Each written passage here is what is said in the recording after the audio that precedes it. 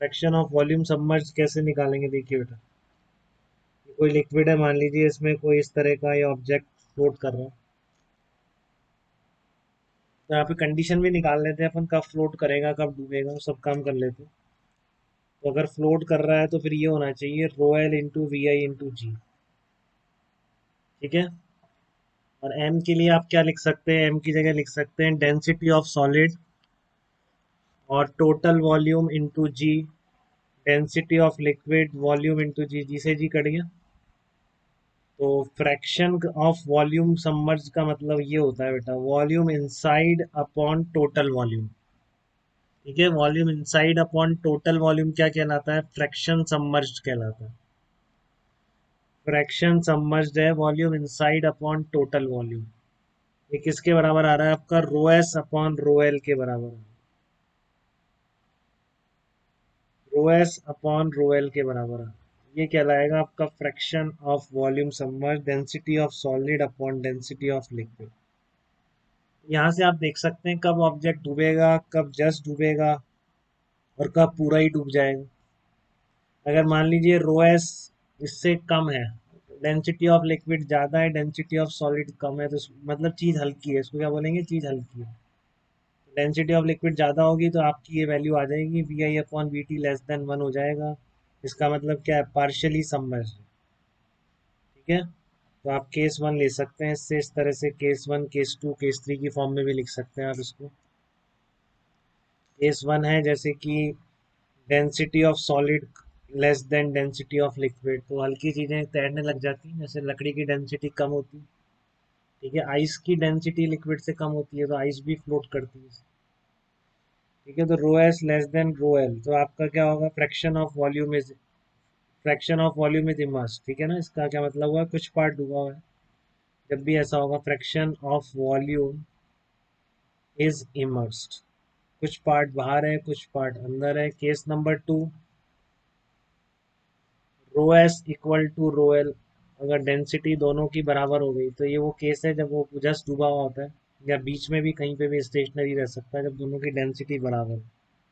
ठीक है, तो वो कौन सी आ रही है, कंप्लीटली इमर्स्ड वाली सिचुएशन है, इसमें बीच में भी कहीं भी रह सकता है वो। तब ये कंडीशन होनी चाहिए दोनों की डेंसिटी बराबर होनी चाहिए। यहाँ बनाया था ना मैंने इस तरह, कब होगा, जब दोनों की डेंसिटी बराबर हो। ठीक है, केस नंबर थ्री आप लिख सकते हैं इससे,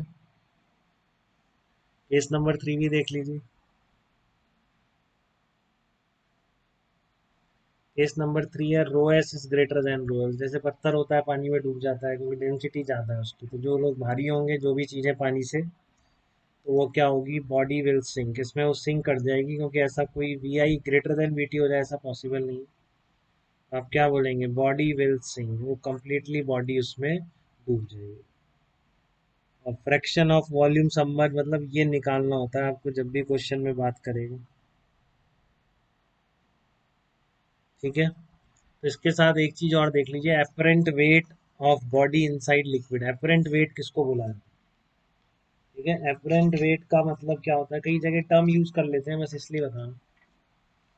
ठीक है, apparent weight of a body submerged, या apparent weight inside the liquid, term का क्या मतलब है, कंफ्यूज ना हो, एक बार बता दे रहा हूँ मैं आपको, इसमें कई क्वेश्चन में यूज होता है apparent weight of, apparent weight of body inside liquid कितना हो। तो एपरेंट वेट का मतलब क्या होता है बेटा, टोटल वेट में से आप बॉयंट फोर्स को माइनस कर देंगे। बॉयंट फोर्स क्या है कि एक तो आप इसमें ये नहीं मानेंगे कि पार्शियली सबमर्ज्ड है, जब भी apparent wait in the liquid की बात करेगा तो कंप्लीटली सबमर्ज्ड। ठीक है, तो मतलब जैसे मान लीजिए आपका स्प्रिंग बैलेंस है, आपने किसी ऑब्जेक्ट को लटकाया वहां पर, इससे स्प्रिंग बैलेंस है, आपकी स्प्रिंग है। ठीक है, एम मास को हैंग किया तो स्प्रिंग बैलेंस की रीडिंग इस तरह से बनाते हैं स्प्रिंग बैलेंस। ठीक है ना, तो स्प्रिंग बैलेंस की रीडिंग मतलब इसमें कितना है, K X equals to M G. ठीक है, अब इसी को आपने स्प्रिंग बैलेंस के साथ अगर इस ऑब्जेक्ट